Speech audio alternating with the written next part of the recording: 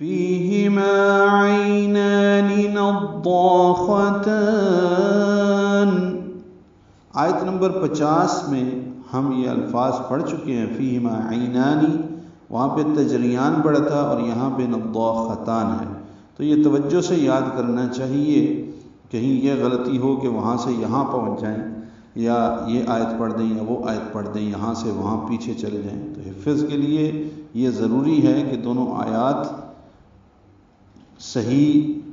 حفظ ہوں۔ فیہما یا مدہ ہے، فی ہا اقصی حلق سے جلدی ادا کریں گے، مالف مدہ ہے تو حرکات لمبا کریں گے۔ عینان میں عین یا لین ہے، عین وسط حلق سے ادا ہوگا، یا کو نرمی سے پڑھیں گے، نون کے اوپر کھڑا زبر ہونے کی وجہ سے 2 حرکات لمبا کریں گے، پھر نون کو جلدی اور معروف پڑھیں گے، عینانی۔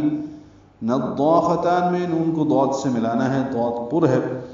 حروف مستعلیہ میں سے ہے اور اس کی ایک صفت استطالت کی ہے، منفردہ صفات میں سے ہے، غیر متضادہ صفات میں سے ایک صفت استطالت کی ہے، اور حروف مستعلیہ یہ تو صفات متضادہ ہیں، ان میں سے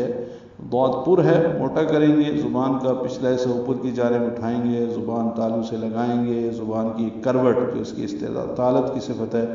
وہ رباعی سے لے کر انیاب طواحن جو ان کے مسوڑے ہیں داڑھوں کے، ان سے لگائیں گے، اور یعنی زبان کی کروٹ لگائیں گے، اور لمبا کریں گے 2 حرکات، نضا خا بھی پر پڑھیں گے، حروف مستعلیہ میں سے